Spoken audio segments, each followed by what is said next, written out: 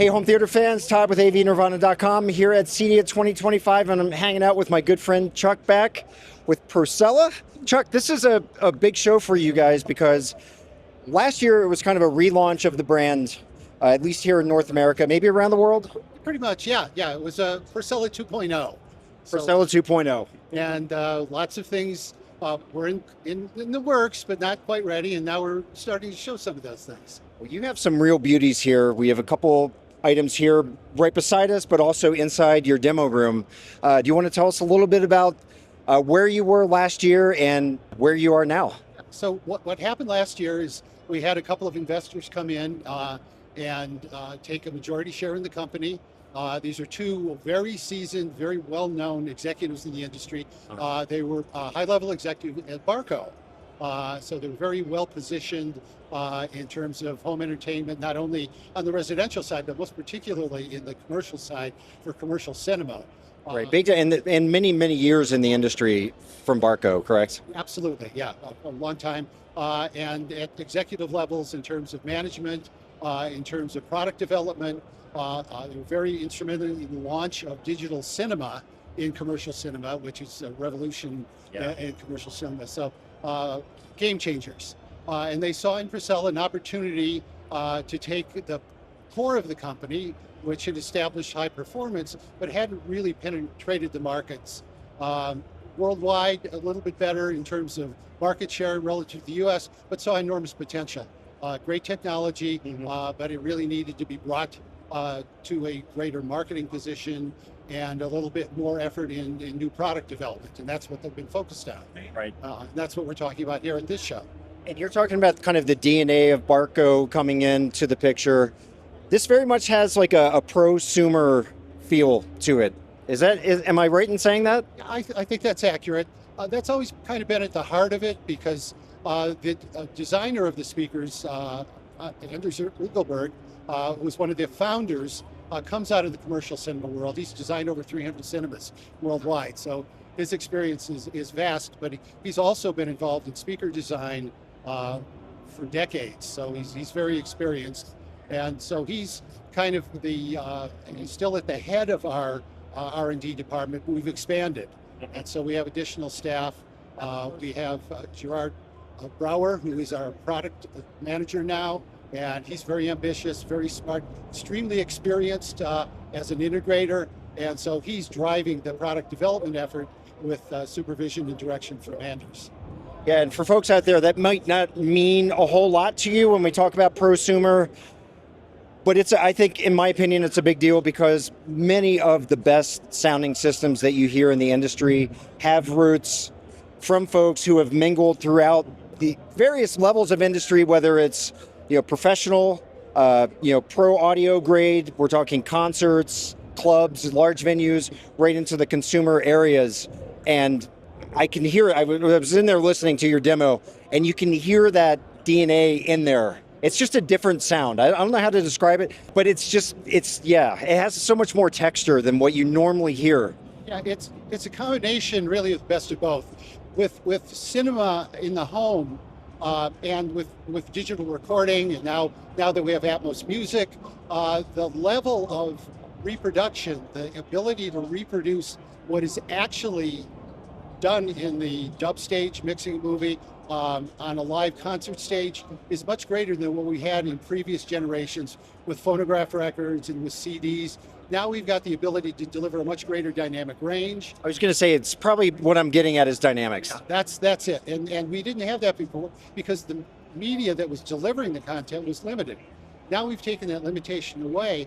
And so the old hi-fi expectations are not quite adequate for the current level of material. So with all of the dynamic films and the exciting sound mixes that we get with immersive audio and music, the levels of low frequencies, to say the very least, are at an entirely different level. So that's where we really have to combine both worlds. We have to make it so that it is digestible and listenable for the home listener. Yeah. So we have that quality of music that we always expect, not with the sound of a PA system, with the sound of a really good hi-fi. Yeah, exactly. But it's got to do the dynamics of a good PA system. Right. So that's where we get with the prosumer products. Right, and you're talking low frequency, which I'd like to transition to this beauty, and there's an even bigger beauty right behind me. These are brand new for Procella. Correct. We've primarily issued dual driver subwoofers through the first decade of the company. P18 is a dual 18, for example. We had a dual 15, P15. With the greater acceptance of subwoofers, the willingness of people to put more subwoofers in a room, there was a need for a single subwoofer design factor. Trinnov WaveForming is a perfect example of where that really comes to play, where people might be putting 4 subwoofers in a wall. Or 8 or 16. Yeah. You can always do with 4 if you're going all out. Absolutely, the more the merrier. So these subwoofers are designed for maximum output. They're single drivers, so we don't have the benefit of having, say, a double 18 with a greater efficiency. So we need a larger cone area to get the output that we want. But at the same time, we can't build a new room in every case. These have to go into existing structures. Sure. They go into walls if there's a baffle wall, if there's waveforming. If they're going into an existing room, we don't need a cube that's 1.5 feet, 2 feet, taking up space into the room. So these are very compact. Performance hasn't been compromised. The single 21 is less than 12 inches deep. Yeah. So it fits into virtually any space, but gives a level of performance that you're not going to get with anything else. Which from a residential perspective is super important, because space is often at a premium, I would say, in almost 99% of the use cases, I would assume. I mean, I know there's high-end theater installs where people have ultimate, reign on space, but to me, this looks really appealing. Yeah, this is, I think, a real-world solution. Yeah. I mean, we have a dual 21-inch that's 2.5 feet deep that could go in that room we built from scratch, but that's a very specialized subwoofer. Yeah, I call that the base coffin, because it looks like you could buy it and then ultimately be buried in it. It's so big. Yes, I hadn't thought of that, but I like the idea. Now, this is a passive design? Yeah, so this is passive. It's designed to work with our DA08 amplifier. Yes. It's a 4-channel amplifier that will do 4 channels at 800 watts. But if you're going to run subwoofers like this, you bridge pairs of channels, and it turns into a 3200 watt times 2 amplifier. Great, and we're talking 800 watts, that's 8 ohms. At 8 ohms, yeah. So these are mega powerful. I mean, they take up no space. Yeah, it's 1 rack unit. So one rack unit. It's crazy for the power. And when you look at it, I was just mentioning to one of your colleagues, a lot of consumers have access to amps with a lot less power, and they're a lot bigger. And then you see something like that, and you're like, well, why isn't everything that slim? Well, it's part of the prosumer. This comes out of the pro audio world, where space is at a premium. But these also need to be consumer quality. They can't just be a brute power amplifier. Yeah. So it's something that is designed.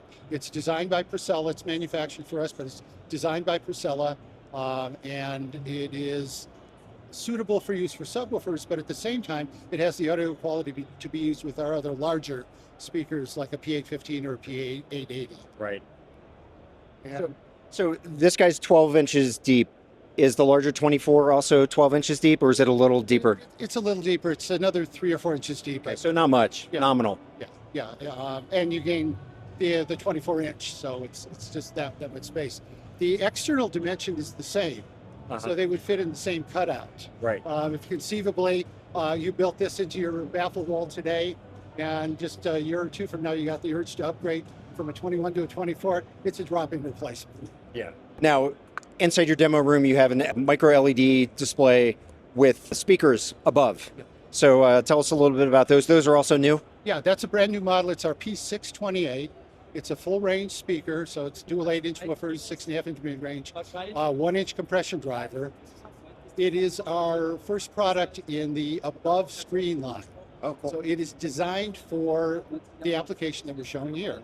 People are now buying micro LED walls, or potentially they may have a solid screen that isn't perforated or woven, and it has a 15-degree angle on the front baffle, and it's designed to direct the sound towards the listeners seated at whatever space into the room, and it gives the sense the perception that the sound is coming from the screen. Yeah, it really does. Yeah, and it works. It doesn't require anything particularly fancy.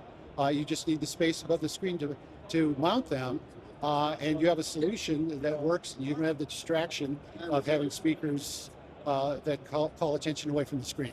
Now you have a Storm audio processor in this room. Is there any onboard processing with the Storm unit that's helping to bring that image down, or is it really just the angle of the speaker? Yeah, there's no processing in the Storm. Okay. Yeah, just running it straight, and the speakers are doing the work. So that's running right into the amps direct. Correct. Yeah, using the direct room direction. Yeah, that's really cool. Yeah, and I was assuming it was the exact opposite, because that image is definitely right down in the middle of the screen. It works.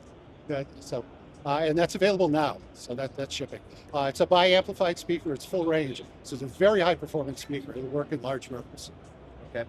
So folks out there that are interested in Procella, where can they go learn more about the brand, and where can they find it here in the United States? So our website is www.procella.audio, not .com or audio.com. It's procella.audio. And we have a dealer listing there. You can also contact me directly through the website to help you find a dealer if there isn't one locally. Rep firms around the country as well, we can direct you to. But the best portal is through the website. Okay. And you can always reach out to me by phone as well. Fantastic. I'll drop a link to that down in the description of the video. And folks out there, Chuck, first off, thanks for spending some time with us today talking about these really awesome products, and congratulations on a great showing here. And yeah, for sure. Yeah, it's been a pleasure. Yeah, I appreciate it. Thank you for taking the time. And thanks for watching. Yeah, definitely. And yeah, everyone out there, we have a lot more content from the show floor here in Denver, Colorado. So make sure you subscribe to our channel on YouTube, but more importantly, become a member of our AV and home theater forum over at avnirvana.com.